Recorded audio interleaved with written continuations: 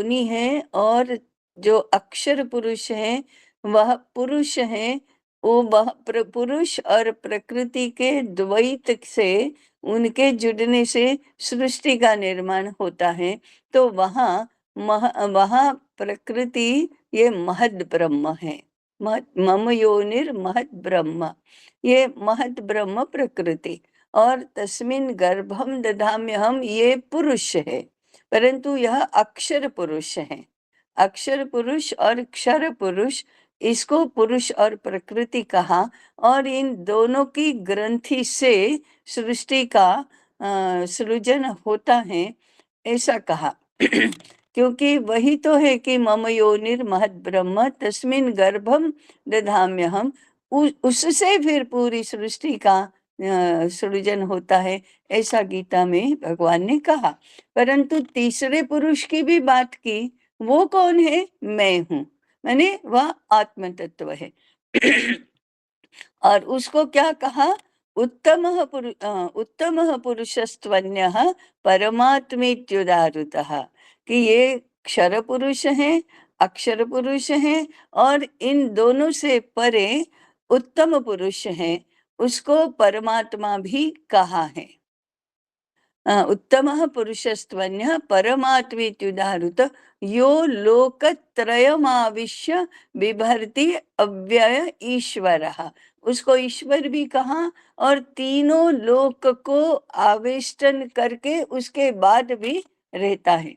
पुरुष सूक्त में भी ऐसा ही आता है, अत्यतिष्ठ दशांगुलम, यानी पूरी सृष्टि को वेष्टन करके भी वह उसके परे रहता है। यहाँ भी उत्तम पुरुष का वर्णन, परमात्मा कहा, उसको पुरुषोत्तम कहा। और उस पुरुषोत्तम की व्याख्या क्या की? उत्तम पुरुषस्त्वन्यः परमात्मेत्युदाहृत यो लोकत्रयमाविश्य, तीनों लोक में आविश्य माने अंदर रहकर, यो लोकत्रयमाविश्य बिभर्ति अव्यय ईश्वरः, उसको तो धारण करता है परंतु उसके भी परे रहता है, और वह ईश्वर है। ऐसा वर्णन गीता में तीनों पुरुषों का आया है। द्वाविमौ पुरुषौ लोके क्षरश्चाक्षर एव च, दो पुरुषों का वर्णन किया, एक अक्षर पुरुष, एक क्षर पुरुष। द्वाविमौ पुरुषौ लोके क्षरश्चाक्षर एव च क्षरः सर्वाणि भूतानि, माने क्षर माने प्रकृति, तो क्षर पुरुष ये प्रकृति, क्षर क्षरः सर्वाणि भूतानि, माने सारे भूत जो हैं, भूत मात्र जो है, वो तो क्षर पुरुष है। माने प्रकृति का ये सब आविर्भाव शुरू हुआ। क्षरः सर्वाणि भूतानि कूटस्थो क्षर उच्यते, कूटस्थ माने केवल रहने वाला, कुछ नहीं करने वाला, जिसको हमने चेतन कहा और जड़ कहा। तो चेतन है वह अक्षर पुरुष है, जड़ है वह क्षर पुरुष है, और इन दोनों से परे उत्तम पुरुष है।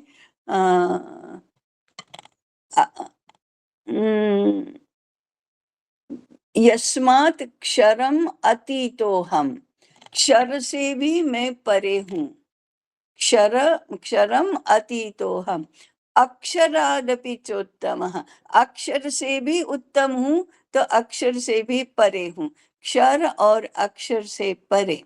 यस्मात् क्षरमतीतो हम अक्षरादपि चोत्तमः अतोस्मि लोके वेदे च प्रथितः पुरुषोत्तमः, इसलिए मैं लोक में और वेद में पुरुषोत्तम कहा गया हूँ। अतोस्मि लोके वेदे च प्रथितः पुरुषोत्तमः, ऐसा उत्तम पुरुष, अक्षर पुरुष और क्षर पुरुष, इसका वर्णन गीता में है। उत्तम पुरुष हम कहते जिसको कहा गया है, उसी को आत्म तत्व कहा, उसी को भगवद गीता में फिर परमात्मा कहा है। अन्य अनेक दर्शनों में परब्रह्म ब्रह्म, परमात्मा आत्मा ये जो कहा है, तो अन्य दर्शनों में जो परमात्मा कहा, भगवत गीता में जो परमात्मा कहा, वह इस हमारे निरूपण में आत्म तत्व है। और हमने भगवत गीता में भी जहाँ अक्षर पुरुष कहा, जहाँ अन्य दर्शनों में आत्मा कहा, जीव कहा, वही इसमें चेतन है और अक्षर पुरुष है। तो मैंने कहा ना कि भिन्न भिन्न दर्शनों में भिन्न भिन्न संज्ञाओं के संदर्भ अलग हैं, अर्थ अलग है, उसका विनियोग अलग अलग पद्धति से किया गया है, उपयोग अलग अलग पद्धति से किया गया है। तो समन्वय करते समय फिर भिन्न भिन्न दर्शनों में इनका प्लेसमेंट क्या है ये भी समझना होता है। परंतु गीता व्यवहार शास्त्र का ग्रंथ होने के कारण से वह आप तत्व ज्ञान में न उलझो, व्यवहार ज्ञान के लिए इतना आवश्यक है, ऐसा वर्णन, ऐसा प्रतिपादन उसमें आता है। तो उत्तम पुरुष, अक्षर पुरुष, क्षर पुरुष, ये क्षर पुरुष को ही भगवद गीता में ही महत ब्रह्म ऐसा कहा है। सांख्य दर्शन में महत तत्व है, वह अहंकार और बुद्धि के लिए एकत्र प्रयोग किया गया, ऐसी संज्ञा है महत। ऐसे भिन्न भिन्न दर्शनों में वह भिन्न भिन्न संदर्भों में भिन्न भिन्न पद्धति से निरूपित किया गया है।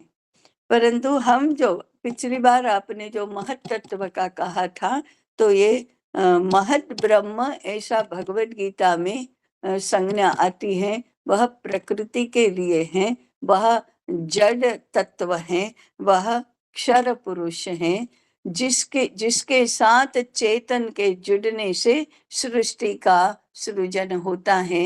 ये जुड़ने वाले तत्व है, वह चेतन और जड़ है, अक्षर पुरुष और क्षर पुरुष है। यहाँ भगवान ने मम योनिर महत ब्रह्म, तो मेरी योनि ये महत ब्रह्म है, ऐसा करके अपने आप को अक्षर पुरुष के साथ जोड़ा है।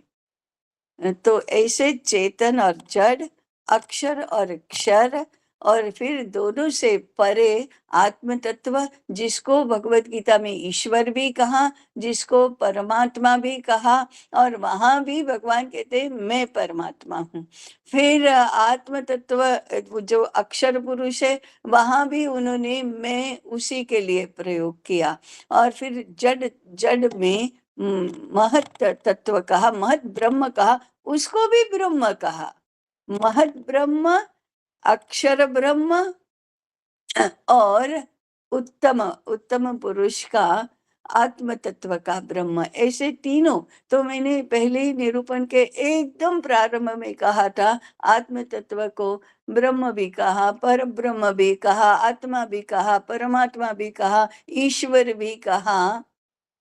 ऐसे ही गीता में अन्यत्र ईश्वर शब्द का प्रयोग है। ईश्वर सर्वभूतानां हृदयेषु तिष्ठति, ये हृदय प्रदेश में रहने वाला जो आत्म तत्व है, उसी को ईश्वर भी कहा, और उसी को भगवान ने कहा मैं, ऐसा कहा। तो ये दर्शन की परिभाषाएं सारी अलग अलग भी समझ में आती हैं, और एकत्र रूप में एकत्र जब होती है, तब अपने अलग अर्थों का प्रतिपादन भी करती है, क्योंकि वहाँ जो प्रतिपादित तत्व है उसके संदर्भ में उस संज्ञा का प्रयोग किया गया होता है।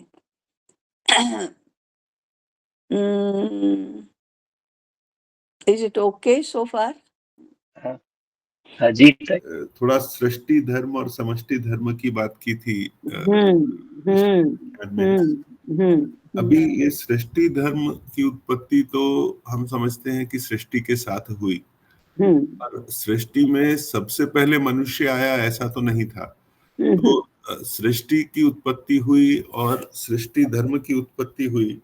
जब मनुष्य आया तो मनुष्य ने समष्टि धर्म बनाया, जो हमने बोला सृष्टि के अनुकूल होगा, और भाषा भी बनाई, और ये धर्म भी बनाया, और ये सभी चीजें मनुष्य ने बनाई। अब ये माने ये पहले तो एग्जिस्ट नहीं करते थे। जब मनुष्य आया और ये नियोजन करने की बात हुई, तो उससे सृष्टि, समष्टि धर्म और भाषा की उत्पत्ति हुई। तो माने ये जो इस तरह की उत्पत्तियां होती हैं या जो हुई है, ये अनुभूति के आधार पे हुई है। अनुभूति तो उसी की होगी जो एग्जिस्ट करता है, तो उसकी अनुभूति हुई, और फिर उसका बौद्धिक रूप में निरूपण हुआ, रूपांतरण हुआ, और फिर उसका प्रतिपादन हुआ, ऐसा रहा। समष्टि धर्म की हम बात करते हैं, तो मैं ऐसा समझता हूँ कि सृष्टि धर्म तो बड़ा ऑब्जेक्टिव हो गया अभी, है ना। इसमें जो एग्जिस्ट करता है उसकी अनुभूति होगी, और एक ही आपको भी वही अनुभूति होगी और मुझे भी वही अनुभूति होगी, ऐसा रहेगा। लेकिन समष्टि धर्म का ऐसा नहीं है। समष्टि धर्म तो बड़ा सब्जेक्टिव हो गया है अभी, है ना, सांदर्भिक है। हाँ, सांदर्भिक हो गया है अभी। तो ये जो जिसको हम धर्म की परिभाषा में जोड़ते हैं, समष्टि धर्म को, इसका आधार अनुभूति है या इसका आधार अनुभव है, और ये बौद्धिक प्रक्रिया है या अनुभूति जनित प्रक्रिया है, इस पे थोड़ा स्पष्टीकरण वेरी इंटरेस्टिंग। सृष्टि धर्म तो समझ में आ गए, वो ऑब्जेक्टिव रियलिटी जिसको कहते हैं उसी के साथ जुड़ेगा। सर्वत्र एक ही, एक जैसा ही है, एक ही है, और वो गुण धर्म है। और उस सृष्टि के साथ साथ वो क्या है कि सृष्टि के साथ साथ सृष्टि को बनाए रखने वाला तत्व भी होना ही चाहिए, नहीं तो अराजक हो जाएगा। इसलिए सृष्टि धर्म का उद्भव हुआ, साथ साथ में सृजन हुआ। अभी वो जो वस्तु बनेगी उसको बनाए रखने की व्यवस्था नहीं होगी तो वो तो नष्ट हो जाएगी। नष्ट होने के लिए तो नहीं बनाया जाता ऐसे, इसलिए वो सृष्टि धर्म। और सृष्टि का एक अंग मनुष्य है। मनुष्य के लिए मैंने वर्णन करते समय कहा था कि मनुष्य को पहला स्टेटमेंट, मनुष्य को भगवान ने अपने प्रतिरूप में बनाया। अपने प्रतिरूप में बनाने का अर्थ है अपने ही जैसी सर्व शक्तियों से युक्त बनाया। ये दूसरा स्टेटमेंट हुआ। माने वो पहले स्टेटमेंट का ही स्पष्टीकरण है।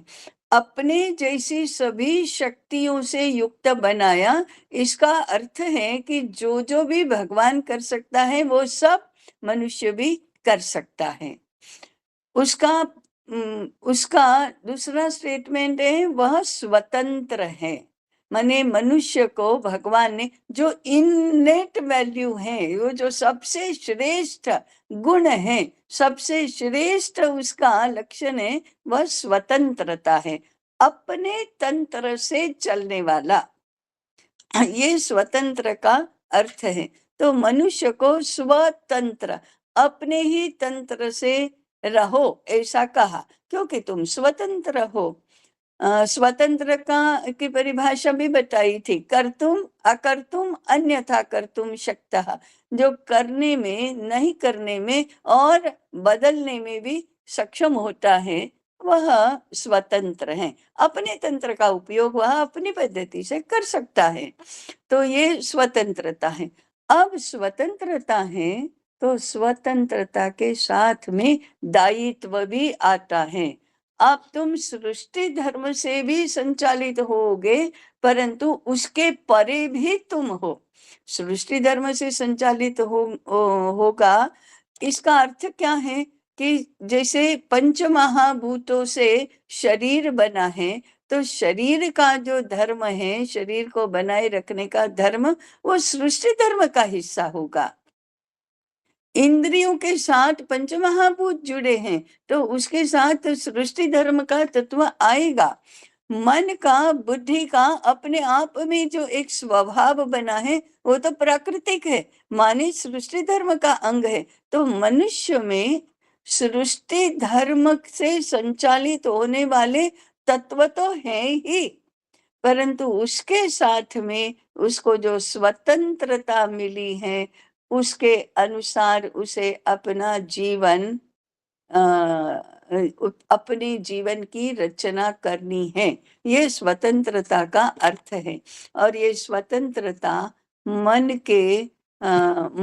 के संकल्प विकल्प में, मन की गति की शक्ति के कारण से, मन की भिन्न भिन्न रुचियों के रूप में, मन की इच्छा शक्ति के रूप में, वही काम संकल्प जो इच्छा शक्ति बना है उस इच्छा शक्ति के रूप में, बुद्धि की निश्चय शक्ति के रूप में, विवेक शक्ति के रूप में, और अहंकार का कर्ता भोक्ता भाव से वह स्वतंत्रता अभिव्यक्त होती है। तो फिर उसके अनुसार जो उसको व्यवहार करना है वह कुछ नियमन में रहना चाहिए। उसके लिए भी तो नियमन होना चाहिए, कुछ व्यवस्था होनी चाहिए, और कुछ नियामक नियंत्रक ऐसे तत्व भी होने चाहिए। इसके लिए यह मनुष्य धर्म जो है, अब मनुष्य पृथ्वी पर माने ब्रह्मांड के जितने भी मनुष्य नामक आविर्भाव हैं, उन सबका मिलाकर एक शब्द बना समष्टि। समष्टि क्या है? मनुष्य समाज। सृष्टि क्या है? मनुष्येतर जितने भी आविर्भाव हैं वे सब। तो मनुष्य के लिए ये जो समष्टि है उसको मन बुद्धि अहंकार चित्त को लेकर एक धर्म की आवश्यकता है, माने एक ऑर्डर की आवश्यकता है। सृष्टि धर्म को हम यूनिवर्सल ऑर्डर कहेंगे, तो इसको ह्यूमन ऑर्डर कहेंगे, सोशल ऑर्डर भी कह सकते हैं। तो एक ऑर्डर की, एक व्यवस्था की, एक लॉ की, यूनिवर्सल लॉ, यूनिवर्सल ऑर्डर, इसके अनुसार यह ह्यूमन लॉ, ह्यूमन ऑर्डर। ये ह्यूमन जो आजकल जो ह्यूमैनिटी ह्यूमैनिटी कहता है, ऐसा नहीं। ह्यूमन माने मनुष्य से संबंधित। तो ह्यूमन ऑर्डर, ह्यूमन लॉ ये भी होना चाहिए, नहीं तो मन बुद्धि अहंकार और चित्त का व्यवस्थितीकरण कैसे होगा? वो किस किस प्रकार से एक दूसरे से सामंजस्य करके अपना व्यवहार चलाएंगे? इसके लिए समष्टि धर्म है। वह सृष्टि को नियमन में रखता है, यह मनुष्य को नियमन में रखता है, इसलिए समष्टि धर्म। अब इसका उद्भव कहाँ से हुआ? तो ऋषियों ने इस सारे ब्रह्मांड की, सारे सृष्टि की, उसकी रचना की, उसकी व्यवस्था की, अनुभूति की, और फिर बुद्धि में वह अनुभूति उतरी, और उस अनुभूति के आधार पर धर्म, समष्टि धर्म का निरूपण हुआ। इसको सृष्टि धर्म की उत्पत्ति उस अर्थ में उत्पत्ति नहीं कहेंगे, धर्म की रचना हुई, क्योंकि मनुष्य ने, ऋषियों ने मनुष्यों के लिए जो व्यवहार शास्त्र बनाया, व्यवहार के नियम बनाए, वही समष्टि धर्म है। तो मनुष्यों के लिए दोनों धर्म लागू हैं, सृष्टि धर्म भी लागू है और समष्टि धर्म भी लागू है। अब समष्टि धर्म को सृष्टि धर्म के अनुकूल होना ही है। उदाहरण के लिए मेरे शरीर की जो प्रकृति है, वात पित्त कफ की, या सप्त धातु की, रस रक्त मांस मेद अस्थि मज्जा ओज, इनकी जो प्रकृति है, गुण धर्म है, उसके अनुसार ही मुझे आहार की रचना करनी होगी, उसके अनुसार ही मुझे विहार की रचना करनी होगी। इसलिए सृष्टि धर्म के अनुकूल ही समष्टि धर्म होगा।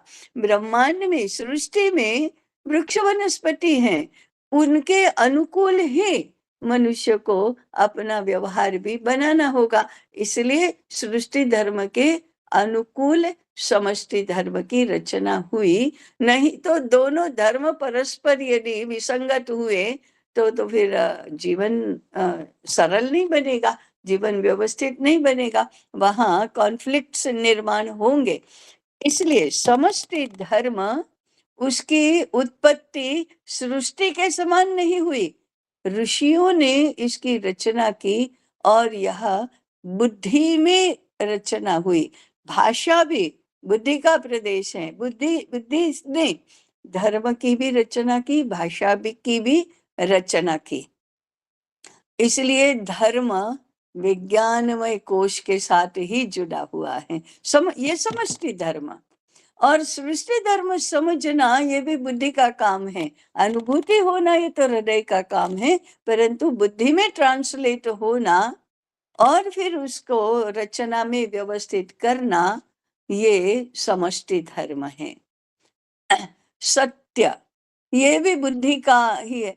धर्म की वाचिक अभिव्यक्ति ही सत्य है, माने भाषा में अभिव्यक्ति जब की होती है तो वह सत्य होती है। ऐसा सत्य धर्म विज्ञानमय कोश के साथ, विज्ञानमय कोश के ही अंग हैं ये सत्य और धर्म। और ये मुख्य रूप से जो अंतःकरण है उसके नियमन के लिए है। जो बहिःकरण है उसका नियमन तो सृष्टि धर्म के अनुसार होता है, परंतु समष्टि धर्म और सृष्टि धर्म मिलकर शरीर को भी स्वस्थ रखता है, ऐसा मेरी समझ में आता है। जी ताई।